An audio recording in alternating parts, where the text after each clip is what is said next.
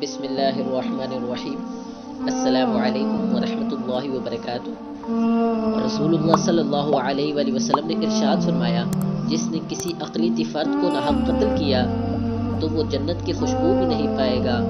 حالانکہ جنت کی خوشبو 40 برس کی مسافت تک پھیلی ہوئی ہے۔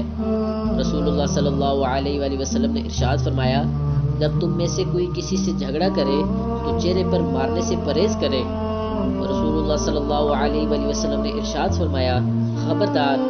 جس نے کسی اقلیتی فرد جو کسی معاہدہ، نیشنلٹی یا ویزے کے عہد کے ساتھ رہتا ہو اور اس نے عہد کی خلاف ورزی نہ کی ہو، اس پر ظلم کیا، اس کا حق دبا لیا، اس پر اس کی استطاعت سے بڑھ کر بوجھ ڈالا یا اس کی رضامندی کے بغیر اس کی کوئی چیز لے لی، تو قیامت کے دن میں اس غیر مسلم اقلیتی فرد کی جانب سے ظلم و زیادتی کرنے والے کے خلاف مقدمہ پیش کروں گا۔ آپ صلی اللہ علیہ وآلہ وسلم نے تاکید اور اہتمام کے لیے اپنی انگلی سے اپنے سینہ مبارک کی طرف اشارہ فرمایا کہ میں خود زیادتی کرنے والے سے جھگڑوں گا۔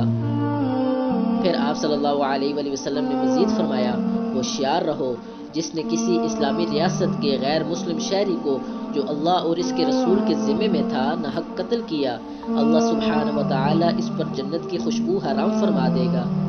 حالانکہ اس کی خوشبو 70 سال کی مسافت کے فاصلے سے بھی سونگھی جاتی ہے۔ نبی کریم صلی اللہ علیہ وآلہ وسلم نے ارشاد فرمایا،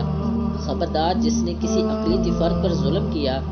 یا اس کا حق مارا یا اس پر اس کی استطاعت سے بڑھ کر بوجھ ڈالا یا اس کی دلی رضامندی کے بغیر کوئی چیز چھین لی، تو قیامت کے دن میں یعنی محمد الرسول اللہ صلی اللہ علیہ وآلہ وسلم